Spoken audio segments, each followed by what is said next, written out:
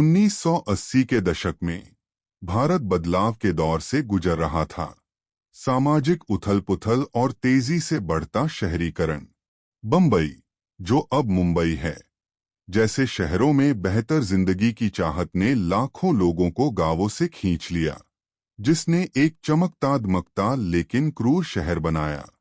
यह सपनों और बॉलीवुड की चकाचौंध का शहर था, लेकिन इस चमक के नीचे हर रात एक दूसरी हकीकत सामने आती थी।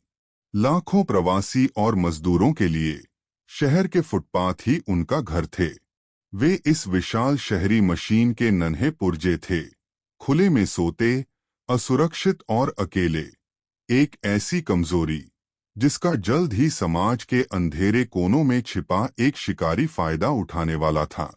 1985 में सायन और किंग्स सर्कल जैसे शांत, मध्यम वर्गीय इलाकों में डर की पहली फुसफुसाहट शुरू हुई।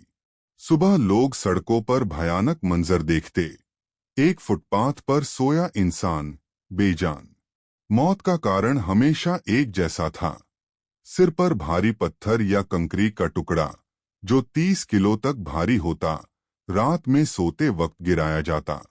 हत्यारे का तरीका क्रूर लेकिन भयावह रूप से कारगर था। शुरू में इन घटनाओं को अलग अलग हिंसा समझा गया। पीड़ितों का कोई नापता नहीं था। बिना परिवार के वे बस पुलिस के रजिस्टर में एक नंबर थे। पुलिस ने इन मौतों को हत्या कम, सफाई का मुद्दा ज्यादा समझा। जब मरने वालों की संख्या 6 तक पहुंची, तब मुंबई पुलिस को एक भयानक पैटर्न दिखा। एक सीरियल किलर शहर की गलियों में घूम रहा था। प्रेस ने इस भूत को एक नाम दिया जो दशकों तक डर का पर्याय बना, स्टोनमैन। बेघर लोगों में दहशत फैलने लगी। फुटपाथ पर सोने वाले अब अकेले नहीं, बल्कि समूहों में सोने लगे। हत्यारा अकेले सोने वालों को ही निशाना बनाता था, ताकि कोई गवाह न बचे। पुलिस के लिए यह जांच एक बुरा सपना थी।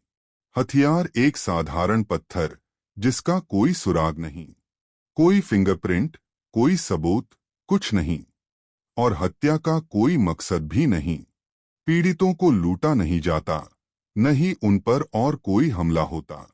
हताशा में पुलिस ने सैकड़ों छोटे-मोटे अपराधियों को पकड़ा, लेकिन हर सुराग बेकार। पुलिस वाले फुटपाथ पर बेघर बनकर हत्यारे को ललचाने की कोशिश करते, पर स्टोनमैन बहुत चालाक था।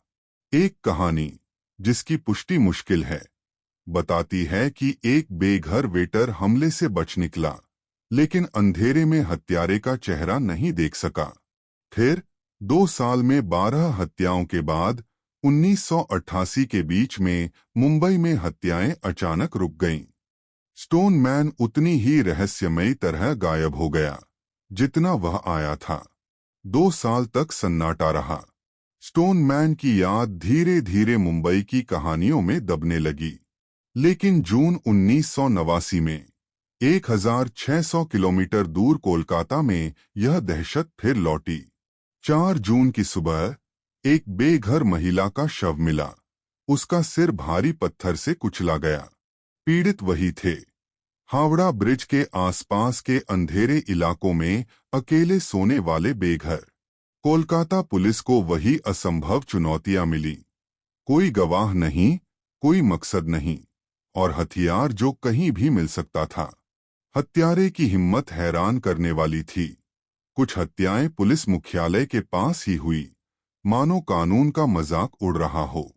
डिप्टी कमिश्नर रचपाल सिंह ने प्रेस से कहा, हमें कोई सुराग नहीं।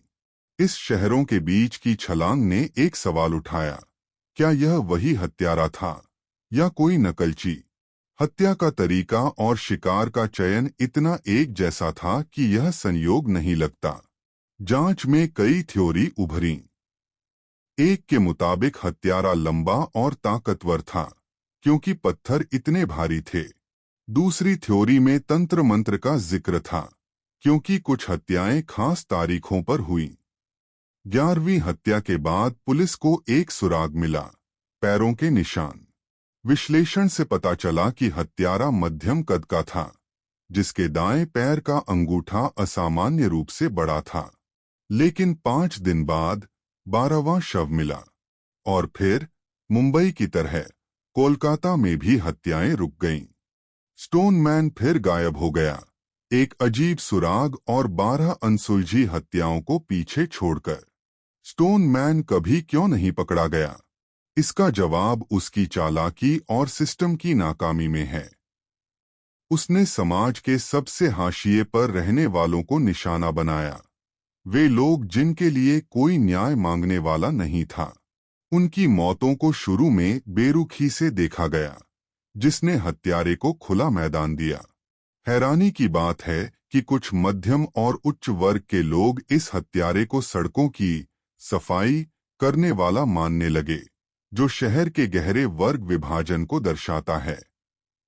उस समय की पुलिस भी इस केस के लिए तैयार नहीं थी। भारत में फॉरेंसिक साइंस अभी शुरुआती दौर में था और सबूतों की कमी ने जांच को असंभव बना दिया। दोनों शहरों में जांच तब शुरू हुई जब कई शव मिल चुके थे। समय के साथ कई थ्योरी बनी। सिंगल किलर थ्योरी, एक ही हत्यारा था जो मुंबई में पुलिस के करीब आने पर कोलकाता चला गया।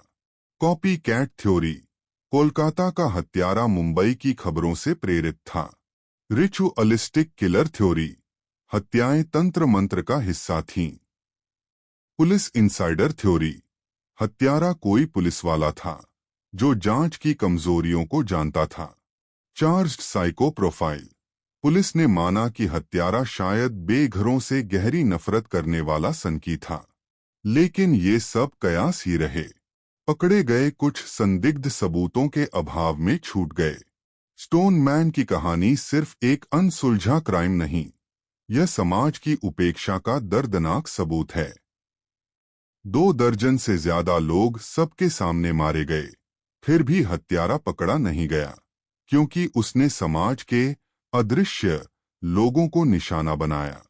हत्याएं रुक गईं, लेकिन सवाल बाकी हैं। क्या हत्यारा मर गया? क्या वह किसी और अपराध में पकड़ा गया? या उसने अपनी दहशत को बस रोक लिया? शायद हमें कभी जवाब न मिले। स्टोनमैन आज भी एक भूत है।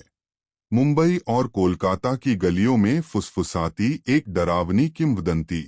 शहर की आत्मा में छिपी दरारों और उनमें पनपने वाले राक्षसों की चेतावनी।